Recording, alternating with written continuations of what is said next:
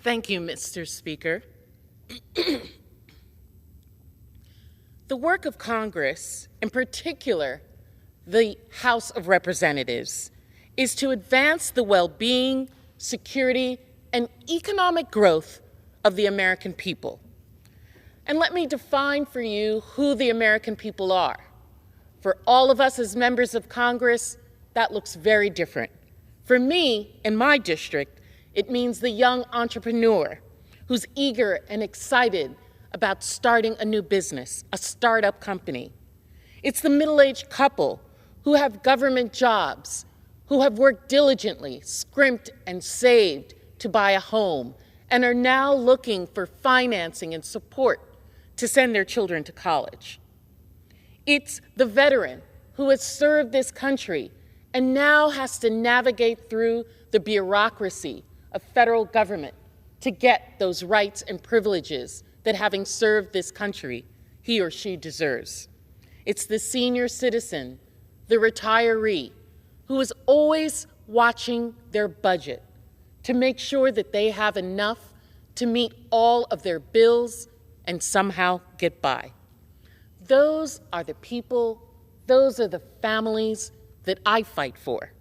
And I know that on my side of the aisle, those workers, parents, seniors, young people are who we as Democrats are fighting for. And while we may come from different families with different standings, beliefs, and statuses, that's who we all should be working for in this chamber.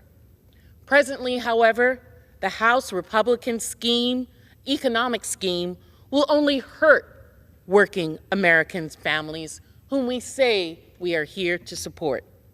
As Congress, as the House of Representatives of the people, we must, in partnership with a president, continue to enact legislation to protect the financial security of American working families.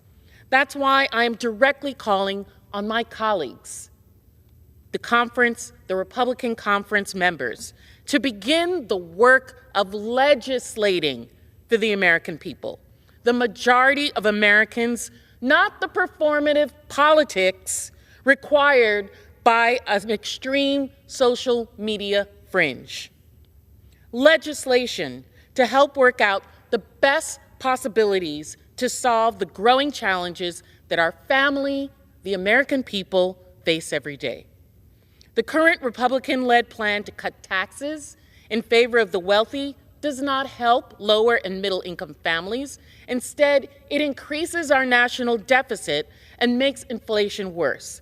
The dismantling of Social Security will be devastating to retirees who have paid into that system and believe that it is something that they are going to have to live out their best days yet. Likewise, allowing prescription drug prices and health insurance premiums to rise while simultaneously allowing for an increasing energy bills and student loan payments only make it harder for families to financially stay afloat and take care of their health. In the last Congress, the 117th Congress, President Biden and House Democrats forged extraordinary progress, working in a bipartisan manner in the other chamber for American working families with many consequential new laws. The American Rescue Plan, which kick-started the fastest, strongest jobs recovery in modern times, creating more than 10 million jobs in just 2 years. The Infrastructure Law, which put Americans back to work while simultaneously rebuilding our roads, bridges, ports, and water systems.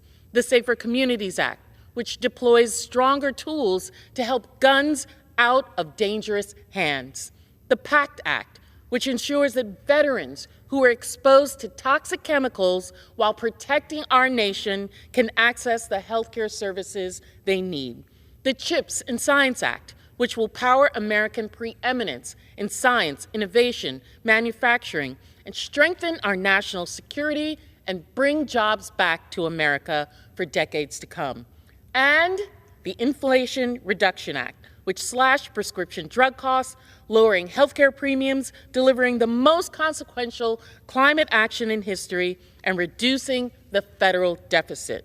All of this progress can continue if we continue to work to legislate, not to perform for cameras, social media, but to work for the American people.